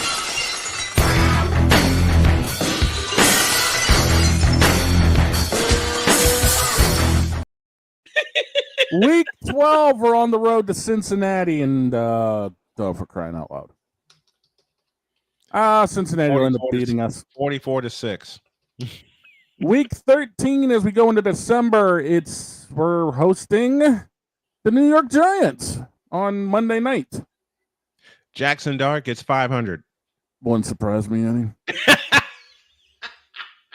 Week 14, we take it easy because the last 4 games are absolute shit shows. We host Buffalo. We get wrecked. Josh Allen gets 450. We get wrecked in that one. Yep. We're on the road to Baltimore. Derrick Henry gets 350. We get wrecked in that one. We're on the road to the Jets. Nobody wins. They play 3 quarters and then they cancel the last period. And then the flex game, depending on how things go, is at home versus Miami. They cancel that one. Nobody wants to see that shit. Pretty much. Oh, pretty much. And I think it's on. it's on Vic. Then we everybody gets to come laugh at me. All right, and this is what I mean by troll job. Week 1, week freaking 1. We go to Philly to face the Eagles. 125 to -8. I would say probably like 56-35. 50. You're just hoping for 35 points. I'm hoping for 35 points at least. That shit's not going to happen. What are you talking about? Probably not. I mean, I hope at that point we'll have a really good set between Pickens and Lamb. Next week 2, we take on the Giants. We should beat the Giants. Dude, nah, Jackson Dart gets 350. Dude, 2 divisional games to open up. Whoa. Yep. Yeah, big time. I say 28-7. We take the Giants. Jackson Dart's not going to have the same rookie year as Jaden Daniels. It'll be up there though. Next one. It won't. Next one, week 3, we go to take on the Chicago Bears. That game ends in a tie at -8 apiece. -8 apiece. -8 apiece. Damn it! No. Is it in Soldier Field? It is in Soldier Field. Okay, -14 apiece. Next one. 38-3. We should win. Hell no! Give me this button. I know. Okay, we're gonna have to race through this because we have we got Jay waiting. We got Jay waiting for us. Okay, keep going quick. Next we got Green Bay, which we'll probably lose that one. Then we got to take on the Jets in week 5. Scoreless tie. That's a game no one gives 2 craps about. Then we go to Carolina. We should put foot in their ass again. Stop it. Get some help. Shut up. Then we take on Washington at home. Hail to the Redskins. Next one. And that's going to be a loss for us. We should beat the crap out of the Denver Broncos in week 8. Stop it. Get some help. I don't need help. I need a beer. He need a beer. Monday night, we take on Arizona, and we should beat Call of Duty Murray. Tie. No. That wouldn't help you either. Yes, it would help us big time. No, it would help you if we beat the Cards. Yeah, help us if you time too, because we already know we're gonna kick their asses twice. No. Next one. Next week to bye. You lose. We come back. Yeah, like how the Pats lose on bye weeks too. Then we take on the Raiders. And we should win that one. The next 3 weeks are full of things that piss me off. Oh, no. Here it comes. Week 12, we host the Eagles. Rip. Week 13, we host the Kansas City Chiefs. It'll be the second 200-point game in history. Yeah. We're going to Because have the our Niners belt. will We're have- going to be because the beating Niners them. will have the first one. We're going to get our ass whooped on that one. And then we get our ass whooped again by the Detroit Lions. You for real? We close out the season with the Vikings, then the Chargers, then the Washington Commanders again, and the flex game would be against the Giants, but we probably won't need it because we'll probably be dead by then. You're screwed. Yeah, you're totally screwed. All right, here we go. Out to the Bay. Let's go. Week 1, we go to Seattle, beat their asses, 155-0. No. Week 2, we go to New Orleans, beat them, beat up Arizona in week 3, and that is our home opener. Week 4, we host Travis Hunter, knock him cold. Week 5, we got to fight with the Los Angeles Rams, and that's a Thursday. We got to fight. It's 8:15 on Prime Video, and you know I'm covering that one. And that's a walk-off. The Rams are nothing to play with. That'll be a walk-off. Week 6, we go to Tampa. We walk off on them. Week 7, we host Atlanta. Hang 200 on them. Week 8, we go to Houston. And Houston gives us a lot of shit. Stroud gets 400. Purdy gets 400. And we'll walk off again. Week 9, we put Jackson Dart in the dirt for a week. Week 10, the Rams just may upset us at the new Candlestick. I'll leave that one up in the air. We go to Arizona. Do I need to say anything? Week 12, Thanksgiving week, we host Carolina.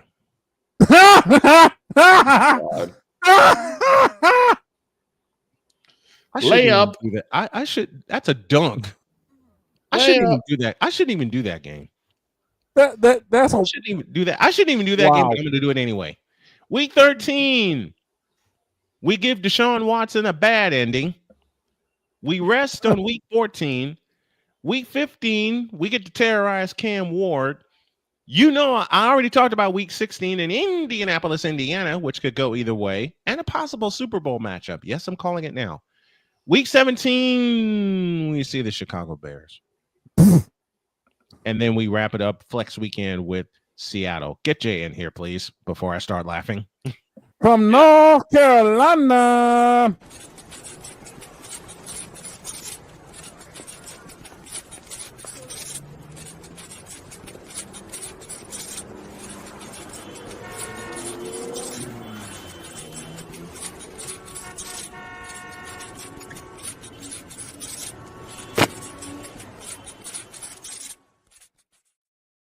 The Spivey Notes are on the hot bike with Jay Spivey. What's up, man?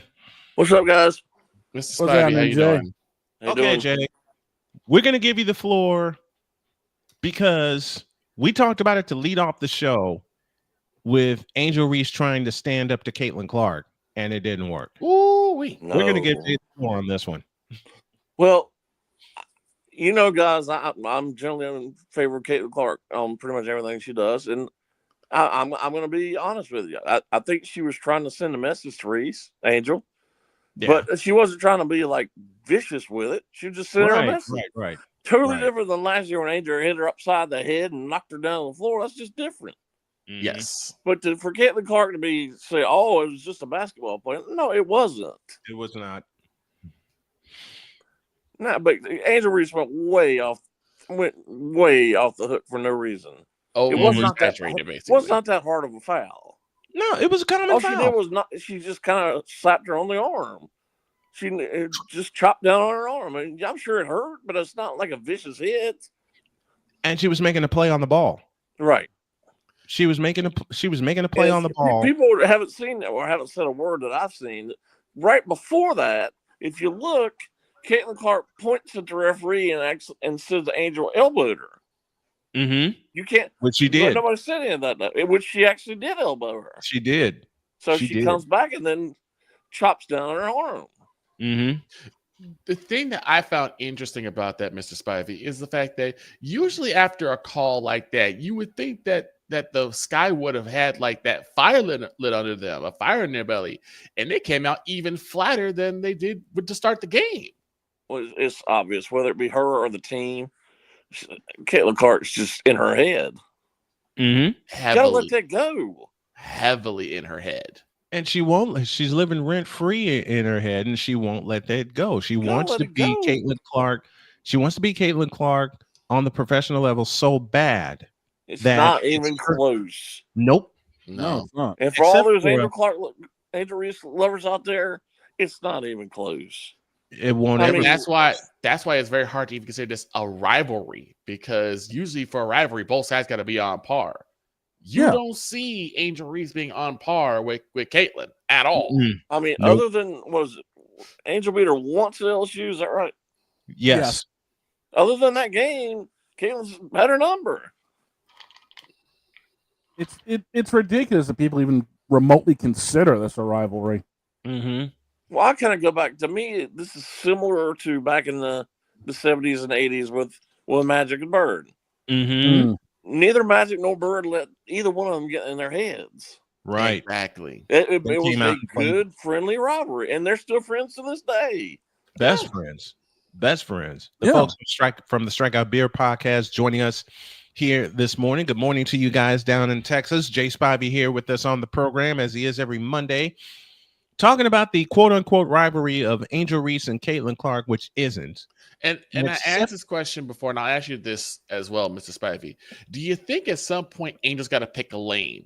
Because she wants to be the pretty, the very pretty basketball player, the fashion mogul. And she should have been honest in the press conference Saturday. Right. Talking about, it was a basketball player. She didn't believe that for a second. Nope. Because if she believed it was a basketball play, she wouldn't have reacted the way that she did. She wouldn't have got mad. Yeah, she wouldn't have politics for the foul. You know what it seemed like to me? You ever see, and baseball guys, you all are into baseball. It seems like, how a manager gets ejected from a game. Yeah.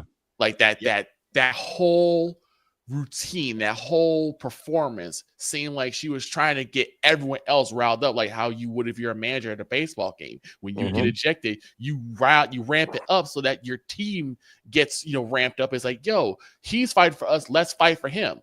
Right. No one fought for Angel. Like I said earlier, it was like Angel Reese dropped the gloves and it didn't do the job that she was hoping it would do. And the other thing is, it's been a year plus. Yeah. I mean, a lot of people thought that they were pretty even in terms of the draft last year, which was ridiculous in itself. But get better. There's still a lot of deficiencies in Angel Reese's game. Footwork, free throws. Footwork is number one, 100%. Mid-range jump shot. Jay and I have talked about this so many times over that Angel Reese's footwork is very lacking, and it was lacking at lacking at LSU. But difference is she had a coach that made her play correctly, and she had teammates she could depend on. She didn't have that right now. Right. Was it just me, or did you guys also? I know, Snowman, you saw it. Did it seem like at some points Angel just looked lost? Like she did not know where to stand. She didn't know where. That's again, she's in her head. But it's like, is that a coaching thing? Is like, did they just not know the plays? That's a reason. Because usually, even if you're, you know the plays. If you don't know the plays, you know where you're supposed to be. You know who your assignment is. Who you're supposed to be guarding. Yeah. And Caitlin thoroughly outplayed her Saturday. Yeah, she did. And the thing is, we talked about this during the post game. At the top of the game, Caitlin Clark wasn't having a good game, even though her teammates picked her. Even though her teammates picked her up, everybody wanted to see Caitlin Clark hit a few deep threes in a row, not just the one that she hit toward the end of the first quarter. And I'll repeat a statement, and I'll cede the floor to Jay. When Angel Reese got angry because of that supposed flagrant foul, they gave the Indiana Fever a reason to care, even though they were up double digits at the time. Chicago was about to make a charge. Thank you, Courtney Vandersloot, and got him back in the game. Rachel Allen got them back in the game as well with her sharpshooting. But after that foul, they gave the Fever a reason to care and a reason to blow them out. Absolutely.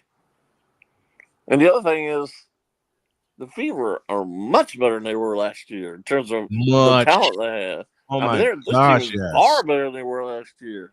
Oh yeah. Oh yeah.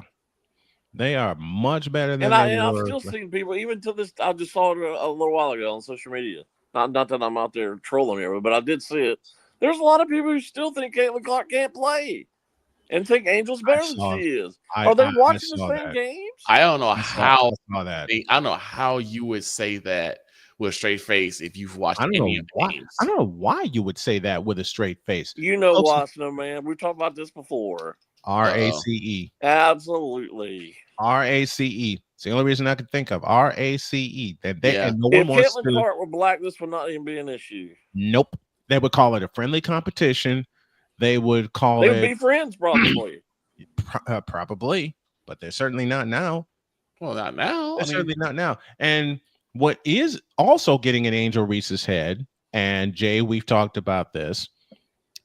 Caitlin Clark just wants to play basketball. Absolutely. Now, And we're going to have the same issue in the fall, assuming he can play. Mhm. If Cooper Flag is good as advertised, we're going to have the same issue in the NBA. Yep. And what did I say earlier? At some point, it seems like she's going to have to pick a lane. She can't. It seems like she does not have the political capacity to be the fashionista on one side and the basketball player on the other. Right. Yep. It seems like she Absolutely can't do right. both.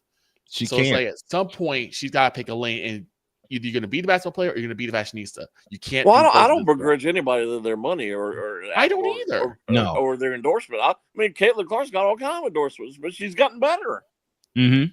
But she knows where her bread is buttered. She knows that she's a basketball player, and the other stuff can come in later. Now, I mean, I don't know what Angel did in the offseason, but I guarantee you Caitlin worked her rear end off over the offseason. No, she I did. know she did. She just didn't publicize it like Angel Reese did in that Unrivaled League, which still could use a few more minutes in the oven. Yeah, Angel That played in the- Unrivaled League can Oh, yeah. use a few more hours in the oven. Yeah, and a higher temperature too. Mm-hmm. Ugh. I'm sure we'll probably find out today. But I bet the ratings for that Saturday were off the chart. Mm-hmm. Oh, I know they were. And what do you think? What else? What do you think they made that the main game Saturday in the opening game of the weekend? And why do you think the next two are in the United Center and not at Wintrust Arena? Well, I mean, the next two are in the next two, June 7th and July 27th. They're both in the United Center. Where almost all their games are at bigger arenas. All the Fever's games are at bigger arenas. You can't say that for Angel. Matter of fact, they didn't even make the move or think about making the move to bigger arenas for Angel Reese, because Angel Reese is not Caitlin Clark, period, in terms of a basketball player, in terms of a personality, in terms of everything. And I mentioned this last week. I know everybody's whining that they're on 41 out of 44 times on national TV, but my argument is they should be on 44 times out of 44 times. That's my argument. That's this my is all argument. about eyeballs. Mm-hmm. And the three games that are not on television, they're going to be here. Tomorrow. One of them's tomorrow. Then in that case, except for the 17,000 that'll be at Gamebridge Fieldhouse, I'm going to get the rest of them to tune into my play-by-play call, because I'm going to have the call right here. By the way, the game drew 2.23 million views Saturday. There you go. And that's a 3 o'clock. And that's a 3 o'clock game. That's a 3 o'clock game. That's a 3 o'clock game. Imagine if it was in prime time hours. NBA, are you listening to this? NHL, are you listening to this? We're playing night Major League games Baseball, on are you Sunday listening to on this? Game 7. It's funny. You just mentioned that with the ratings. I just happened to see there was a highlight of when the Bulls played the Lakers in '91 in the finals, and they played on a Sunday afternoon. Yes. You would never see that now. No, but there's the Bulls and Lakers we're talking about, and they play on Sunday. Why not play on a Sunday afternoon in the summer? It was game 1, 91 NBA Finals, game That's 1 at 100% Apollo correct. Stadium. I was listening to an 86 game, I think it was, Bulls Celtics, And that was a Sunday afternoon game because they were talking about the 4th round of the Masters. All the time. April 20th, 1986. Yeah, they were talking about the 4th round of the Masters because the game was on CBS. Mm-hmm. With Dick Stockton and Tom Heinsohn on the call. Mm-hmm. And I'll repeat what Jay said just a moment ago. NBA, NHL, Major League Baseball. Are you listening to this? Yeah. Are you hearing the numbers that we're spewing out here? When is the last time there was a World Series game in the middle of the afternoon?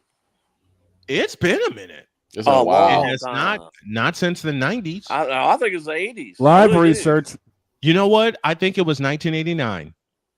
I will go back. I will say the last World Series game in the afternoon was in the 80s. And I know the last LCS game, the last LCS game that was in the afternoon was in the 80s. And that was 1987. 87 for the World Series. Okay. World Series game Cardinals? 6. Cardinals Twins. It's something I said before about how games in the afternoon can actually help you out, because why not have a game? Shoot, there were times where my dad, my aunt, and myself, we'd watch NBA playoff games, particularly finals games, in the afternoon, like 2, 3 o'clock in the afternoon on a Saturday or Sunday afternoon. Yep, absolutely. There's just too much to go against in the fall. Mm-hmm. Yeah. Mm-hmm. So why not play in the afternoon? Let's go back a year. I mean, Dog mentioned 87 being the last World Series game in the afternoon. Let's go back a year. 86 NLCS between the Mets and the Astros was at noon. Yes, that was a day game. Yes, you're 100% right. Yep. Right after that, what popped on? College football. Yep. Perfect setup. Yeah, you have the noontime game, and then you have the star-making 3:30 game for college football. Yep. And you don't have to pick and choose what game you watch. You can watch both of them, and you'll still be able to get enough rest or something for the day for the work day after. Let's say it's my argument is more for the weekends. Like yesterday, Wild Game 7 in NHL. It's 7:30 or 8 or whatever it was. Mm-hmm. Yeah. And NBA at least played in the afternoon yesterday, but still, why in the world's NHL even trying? I mean, a night game with Toronto and Florida, in which Toronto got skunked. And as I stated last week on this particular show, I live in North Carolina, and of course I'll be rooting for the Hurricanes.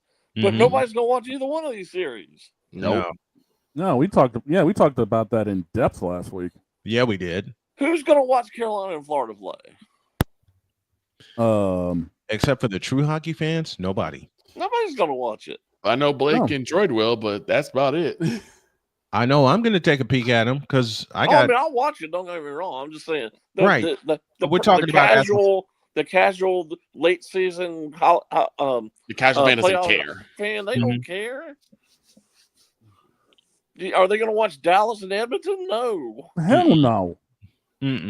Unless you're a real hockey fan and are diehard and true to the game, the casual fan, as Jay said just a moment ago, will not watch. Well, casual fans don't watch hockey anyway. If the Knicks don't win, the NBA ratings will be lower than low.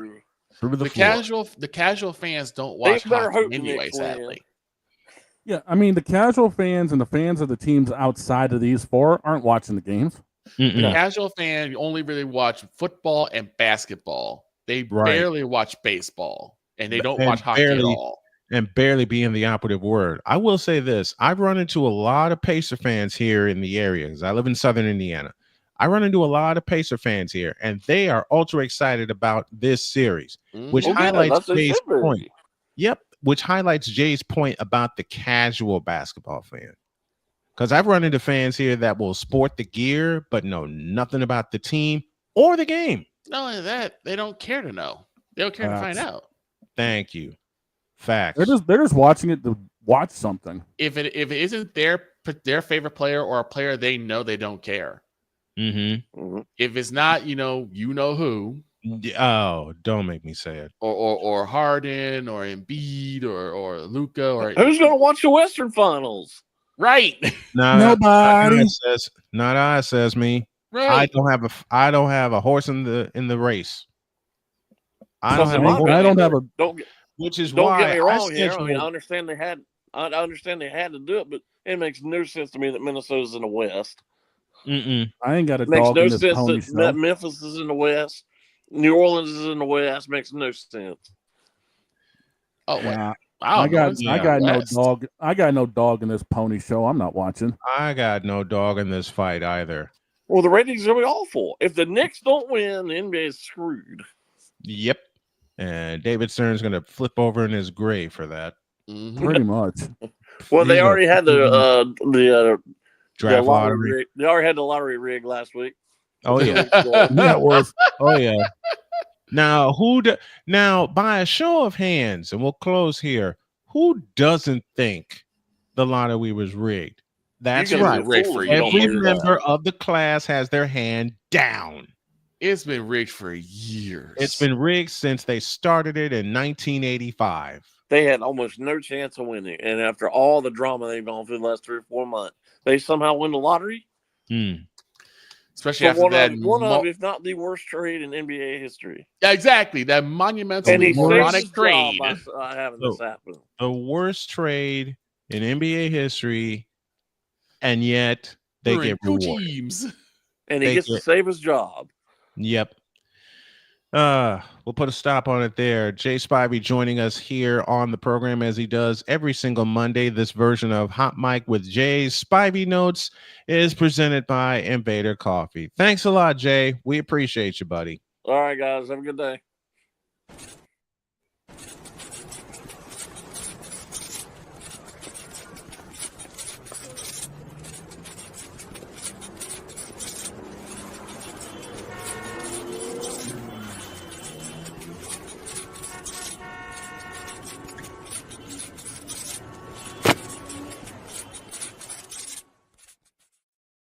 I think one of our subjects tomorrow is going to be timing of playoff games. Mm-hmm. And for it. I am certainly going to date myself with some of the games I used to watch. And I mentioned the Mets and the Astros from 86. That starts at noon.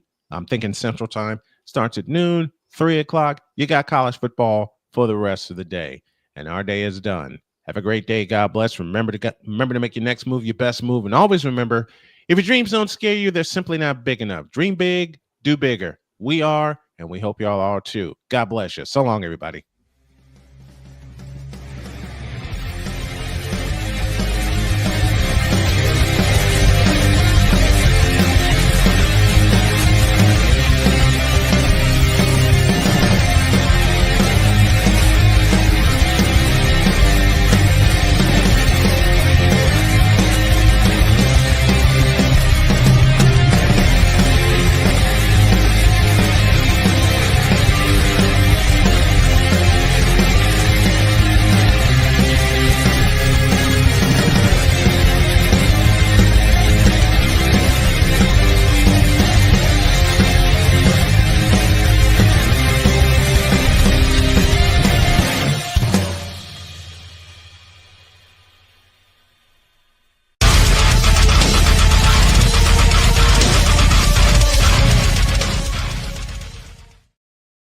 Tomorrow, we'll talk timing of playoff games, more from the Angel Reese situation, and we'll preview the East and the West finals in the NBA. Yes, And stop James being a Harden, bitch. you a bitch.